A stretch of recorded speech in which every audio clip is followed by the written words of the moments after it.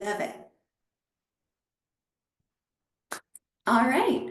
So, welcome all of my friends out there in the real estate world. We are going to be talking today with our Integrity Home Mortgage's own Chief Strategy Officer and market expert. Cheyenne, can you say your last name for me? Salahuddin. Thank you for that.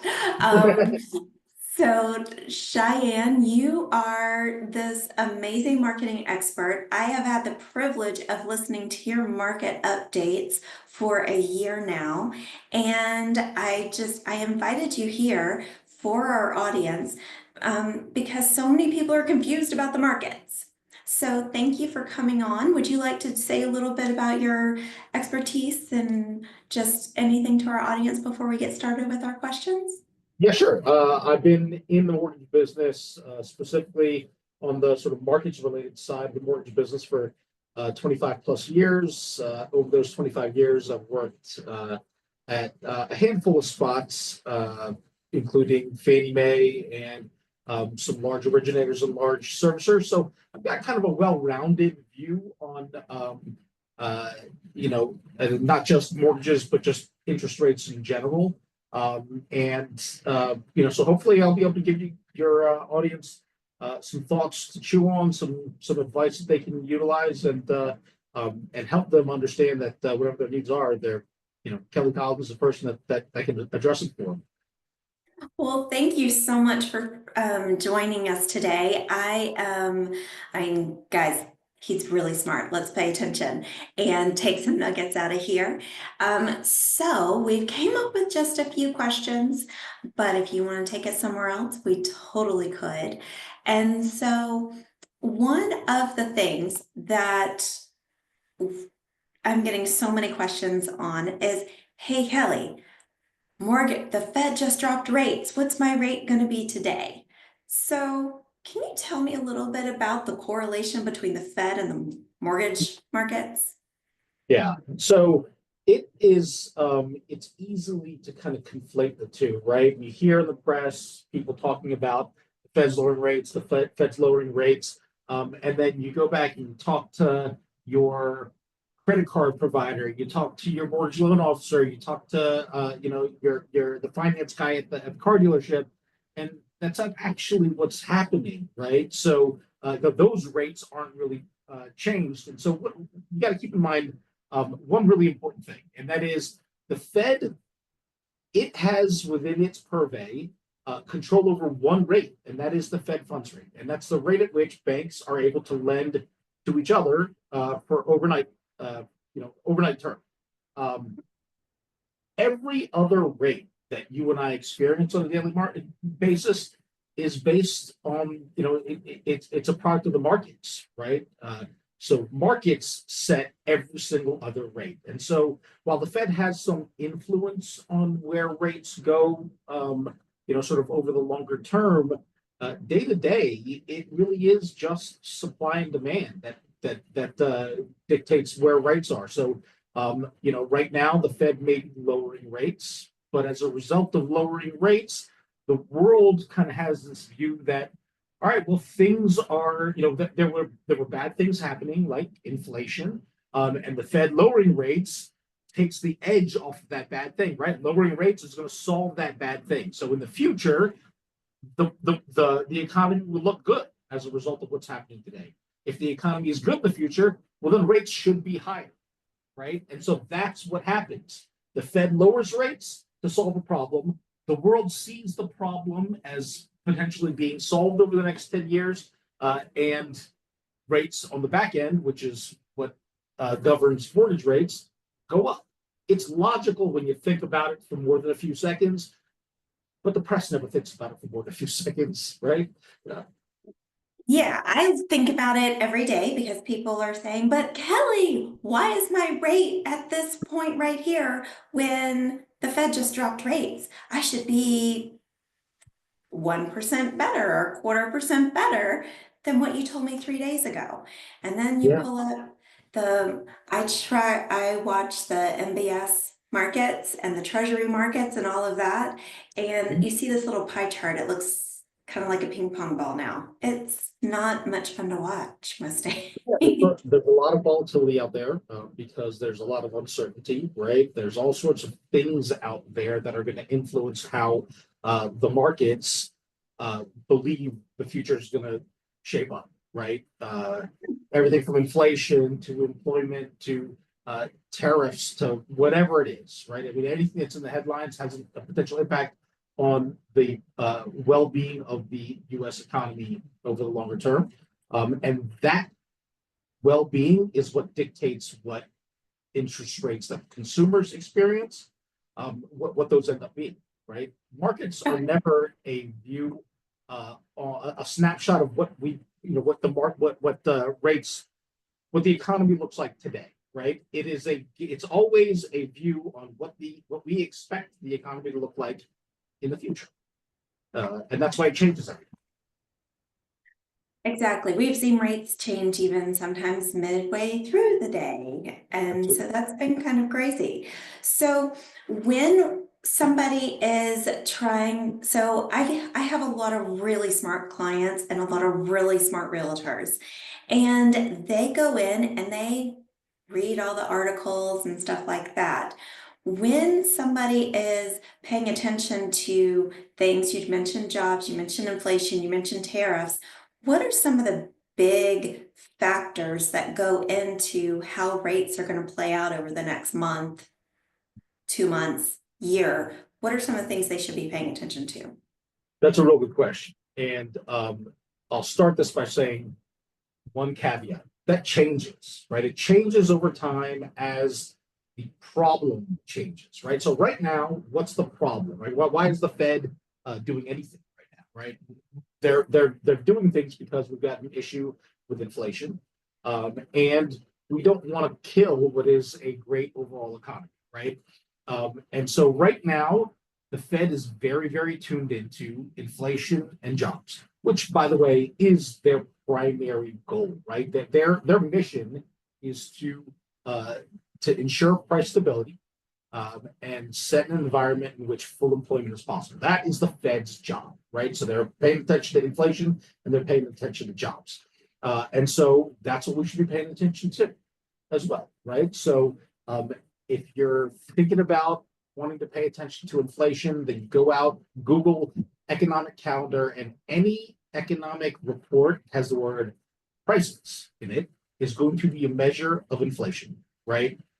As it's shown over the course of time, the change in prices. If you want to concern yourself with jobs, right? Well, then anything that has the word payrolls or jobs in it is going to be really important. So the first Friday of every month, we get non-farm payrolls, and that's the big headline number, but there's numbers kind of interspersed throughout the month. So jobs and inflation is what you want to pay attention to. It's what the Fed's paying attention to, and it's going to give us an idea of what the world is thinking the future has in store. Right now, when it comes to those things, good news for the economy is bad news for interest rates, right? So if we see a good jobs report, then that means that the Fed is that the economy is still healthy and the Fed doesn't have to go out and do things to ensure a healthy economy, i.e. cut rates, right? So rates should stay high because the Fed doesn't have to do anything. If inflation goes up, right, well, then the Fed is going to have to raise rates in order to get inflation to come back down, right? So bad news for the economy is good news for rates if you want rates to go down. That's just kind of rule of thumb right now. Again, over the course of time, it changes, but right now, that's kind of the environment we're looking at. Okay, perfect. And so with that, are there certain targets that the Fed has mentioned that they're looking at, or just kind of absolutely there? The Fed's got a very, very transparent target right now of 2% on inflation. They want 2%, over the longer term is the way that they phrase it. So 2%, wanting 2% inflation doesn't mean that they need to hit it tomorrow, right? They want to see progress being made so that they can reasonably expect inflation to hit 2% over the course of time. And the Fed isn't a hedge fund or something like that, right? They don't need their return to come in today. They're a policy setting mechanism, and they can look at their mission over the course of years and decades. So they want to see inflation making progress towards 2%. In terms of employment, right? Because remember, it's price stability, so inflation and full employment. Full employment is kind of where we are right now, right? With an unemployment rate around 4%, that is what most economists agree is right around full employment. So they don't necessarily want to see weakness in the jobs market, but they recognize that since we're already starting at a place of full employment, weakness could be something that happens, but they want to see progress towards 2%. So that's not really a number on the job side that they're looking for, but they've been very explicit that there is a number on the inflation side. That number is 2%, but it doesn't have to come from. Okay, good to know. Now, I mean, inflation feels like it's a whole bunch more, being that it cost me $12 for a dozen eggs yesterday. But that's just me and eggs. So, when we're talking to people, I am getting a lot of people that say, I don't want to be in my house right now, but I don't want to leave that 2.5% rate. We've kind of just expected that 2.5% rate, that was a great gift. Through COVID, the likelihood of that ever happening again is none. I mean, that was very, very weird anomaly. I can't say the word. That was a very, very weird thing that happened due to a global pandemic. Hopefully, we will not go through another one of those. And so when I'm talking to people, they don't want to lose that rate because then they're going to have to move to a house at 6.5%. I'm showing people that doesn't matter because they also gained so much equity that we can just roll equity in. Even at 6.5%, they can have a similar monthly payment with their new house they're actually happy in. Maybe they have better neighbors. Maybe they have that extra bedroom for that extra kid, or maybe it has their dream kitchen. But a lot of people are stuck on these numbers. So when we're coaching people through what's going to happen with home prices in 2025 or home values, what do you see that kind of looking at in relation to where the markets are now and where well, we don't know where they're going, but where they could end up going? Yeah, I think that's something that's on a lot of people's mind. The pandemic, the reason people are so stuck with the numbers is because the numbers have been that way for so very long, right? The pandemic was the end of, kind of leading into the end of the zero interest rate environment, which started during the global financial crisis back in 2007, 2008, right? So we're talking about 15 years where rates were kind of at or near zero. 15 years where people could get a mortgage at 3%, 4%, 2% sometimes. And so it's been kind of a generation of buyers that are used to that being sort of the default. Now, if you look over time, it's not the default. It was absolutely, as you said, an anomaly. And to expect it to get back to that range in our lifetime is sort of hoping against reasonability right now. So getting back there, if you're waiting for that to happen, right, you are going to be sitting on the sidelines for the rest of your life. And that house that's no longer serving you is going to no longer serve you for a really, really long time. No reason to punish yourself, right? To your point, Kelly, your equity position pretty much doesn't matter where you live in this country. If you've been in your house for more than a couple of years, you get a significant amount of equity. That equity can be rolled into a new purchase, and thus reducing your monthly payment. There are all sorts of different creative mortgage products out there that Kelly can counsel you through, that can kind of take the edge off of the numbers shot at the very beginning. But more than that, there is we live in a country that is great, and it allows for a really easy transaction around mortgages whenever it makes sense for that transaction to happen, right? So if today You get into a home because the home makes sense, even if the mortgage doesn't make it, only makes 95% sense. If the home makes 100% sense, you get into the home and you address the mortgage issue anytime you want, right? When mortgages go down, when you've got the need to take out money from the house, when you've got the need to send your kids to school, there's all sorts of flexibility because mortgages these days no longer really have a lot of the impediments they had in the past, where there was prepayment penalties and stuff like that. It's entirely your option as a homeowner to refi your mortgage anytime you want for any reason that makes sense to you.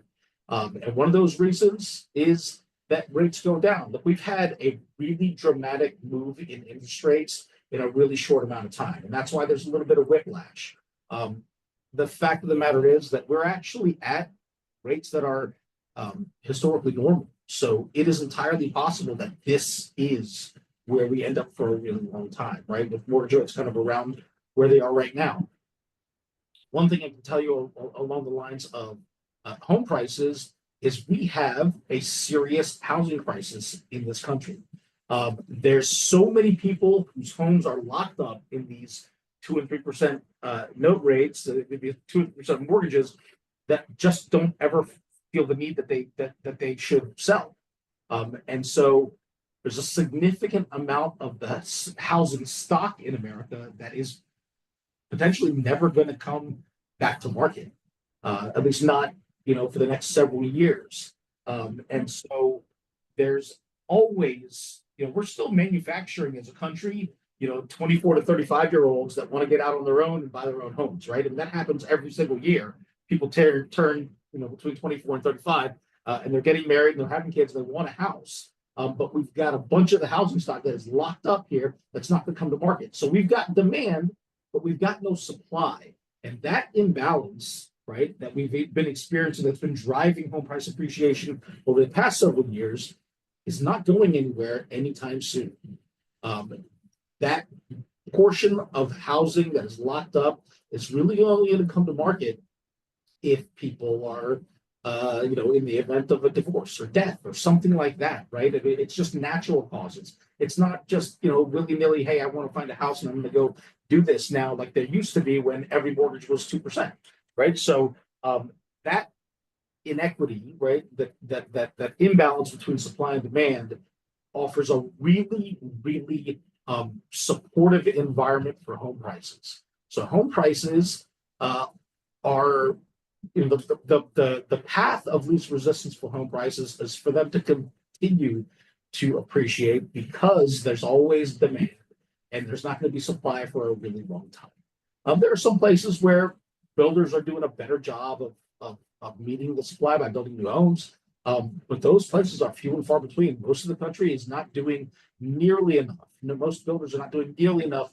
to satisfy the demand for housing that's out there. So you may not like the rate today, but if you love the house today, you can pretty much bet on the fact that next year, if you get comfortable with the rate, that house is going to be more expensive.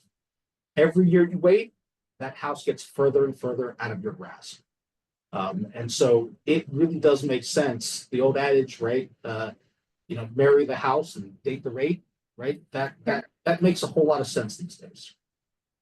Absolutely. And I actually have had this conversation with, I don't know, probably 50 people over the last 4 months.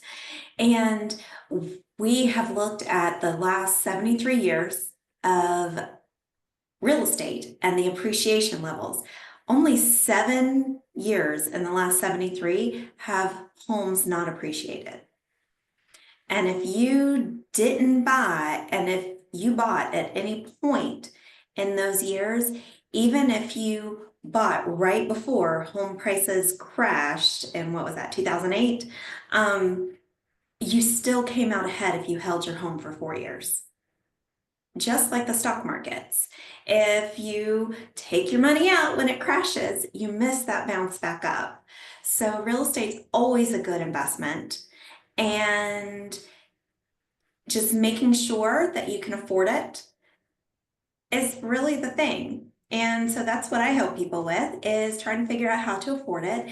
And a lot of times during that, hey, we're going to move out of this house and move to this next house, But wait, we did like everybody else. We ran up the average household incomes 20, our average household has $25,000 in credit card debt now. They've got a mortgage payment over not a mortgage payment, a car payment over $800 a month, which my first mortgage payment wasn't even that. But what we can also do with equity is if your house payment with the mortgage rates is gonna be $700 to $1,000 more than what it is now. If when we take that equity and we pay off these other things, you're still coming out light years ahead because you're reducing your overall debt load. So I think right now, the focus should be paying attention to not just that home and what that interest rate is, but the overall debt load that you have and the overall interest rate you're paying. Some of these credit cards are at 30%.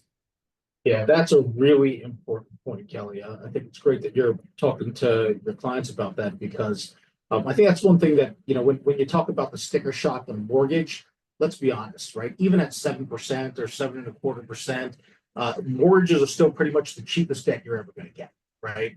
And oh, by the way, you also get to write off the interest. It is absolutely the cheapest debt that's out there. Pay attention to your overall financial picture when it comes to borrowing across all of your credit lines, right? Your line of credit with your bank, your credit cards, your cars, your student loans, right? Because the interest rates have moved on most, if not all, of those obligations you've got, and so people kind of forget about the fact that you may have sticker shock in the mortgage place because you're shopping for that, but meanwhile in the background, all of your the cost of all your debt has gone up without you even thinking about it. So Kelly, your ability to help folks with being able to consolidate some of that debt and shift this really high consumer debt they've got into mortgage debt, which again is the cheapest debt they're going to have, the highest quality debt they're going to have, is absolutely essential. And we even look at what the rate comparison is. If we average out the rates on this consumer debt and the new mortgage versus that 2.5% mortgage, you're still coming out 5% ahead most times at current mortgage rates. And so when we are,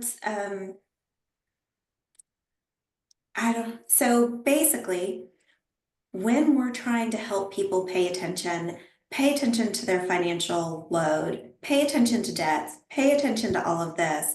I've got realtors out here who are freaking out saying, nobody's ready to buy. How do we really, what's the best way to educate somebody on how to buy? I mean, is it doing that one-on-one consult? Can our realtor partners help get better education out there? What are some of the ways that we can really help consumers understand that it is a good time to buy? Anytime's a good time to buy real estate. Yeah, I think the point you made earlier is a really powerful point, and that is, it is historically been very, very hard to lose money in real estate, right? Especially when we're talking about your primary home, right? A home that you're not going to just flip and you're looking to make a buck on real quick. If it's something you're going to be in for a while, it is nearly impossible to not make a good decision when it comes to buying real estate. In terms of value, right? Maybe the house, if you make the bad decision, the house doesn't work for your family, right? That happens sometimes. But from an investment perspective, it almost always makes sense. I always recommend a little bit of belly to belly one-on-one consultation when it comes to a financial transaction of this size, because let's be honest, you're great at what you do. You do a ton of loans every year, and just like when my wife and I had our first kid, right? The OBGYN came in and 1, 2, 3, she knew exactly what she was supposed to be doing, and she was really quick, and she got the baby out, and out the door she went. Meanwhile, that was the biggest day of my life. It was the biggest day of my life. It was the 30th baby that she had delivered that day, right? So you got to put yourself in the borrower's shoes, and while you do a ton of these every year, and your realtor partners sell a ton of houses every year, it is always the biggest transaction that your client is engaging in, and it's a big deal for them. So counseling them through what makes sense, understanding how to look at things, that it's not just about where the rate is today versus what your uncle got 5 years ago or 8 years ago. It really is about what makes sense for you in your financial situation with your goals in mind. It's buying and selling homes is not a widget factory, right? I mean, everybody's situation looks a little bit different. Everybody wants to feel taken care of, and ultimately we offer something that everyone needs, right? That everyone wants, and that is access to the most efficient financing possible for the home that they love, right? The place they want to call home, they want to raise their kids. Sometimes that financing costs a little bit more, and sometimes it costs a little bit less. But in today's environment where the house makes sense to you, right? It doesn't matter where it was, and it doesn't matter where it's going. What matters is you're getting a great deal today. That every day you wait, that deal becomes less and less great because the home prices are going up and up and up. And while there's no assurance, obviously, of anything in life, including that home prices go up for forever. If the house makes sense to you and you're going to be in there for a long time, 73 years of data tells us that you're likely to be safe from an investment perspective. And the moment the rates make more sense and there's access to something even more efficient than what you've got Kellie's number, right? She can help you fix that. And I mean, we're not financial advisors, but I heard somebody joke about this the other day, is that if you own a bunch of crypto but are waiting to buy real estate, you need to go get some advice from somebody. Because crypto is so volatile, people have lost so much money in like a day, where real estate, you've got to have a place to live. Everybody has to have a place to live. Might as well have it working for you like a savings account, because a little piece of that money you pay every month goes towards your equity, plus the market goes towards your equity. And I specialize in reverse mortgages, so particularly for people going through divorce. And so I've met with so many elderly people, or not even elderly, just people age 62 and over, that are coming into retirement and they're scared because they saved money, but they didn't save enough. Social Security wasn't enough. And now they're going into retirement and they don't have the money to pay a mortgage, plus not have a job. So that's where great financial products and looking at it before you get to that point, working with your whole team. So I am a little bit unique where I'm a big old nerd. I finished all my certified financial planning classes, all that kind of stuff. So we work with financial advisors, your CPA, your attorney, your estate planning attorney, and we can work together to see how the mortgage and your home equity works there. Because the sooner you buy a house, the sooner you start building that equity so that it can work for you when you decide to retire, instead of not being able to retire because you still have a mortgage payment, not enough equity to do anything with it. Absolutely. And the reverse mortgage product is one that is incredibly helpful, and people just don't really understand it. I think it's very misunderstood. I think there's not enough folks that have, because on the surface, it seems too good to be true, right? That your house pays you rather than you paying for your house.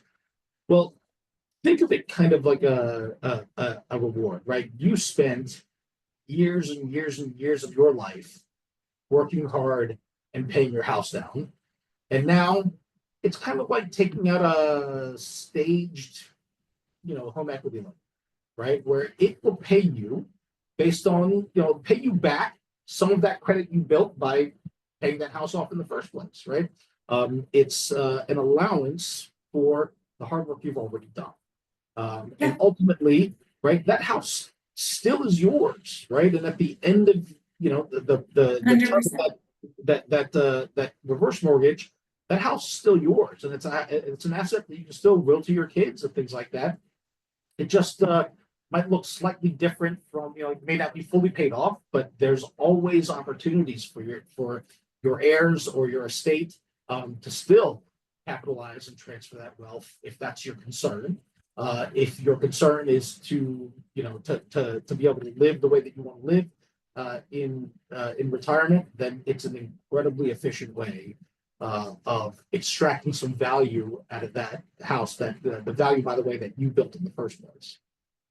Yeah, so you're using that to reward yourself. So something I have been very focused on lately is talking with the 20 somethings, the 30 somethings about buying a house so that you can get there and have more options. Because I meet with too many people in their 60s who are getting priced out of their rental situation on their fixed income, and then they can't afford to buy a house. I have this very unfortunate woman, her husband passed away. They were renting a place. Now she can't afford to live. She's having to move in with her daughter, and that she said this was the last thing I ever wanted to do. So, everybody, let's look at your house. Let's look at your consultations. And so, Cheyenne, thank you so much for all of this. One last question for you. Can you bring out your crystal ball and tell us where rates are going to be this next year?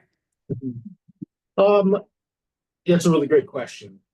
And I always have an opinion on this. I seldom share this opinion because I don't need everybody to jump in front of the trades that I have on my personal account. But here's what I'll tell you.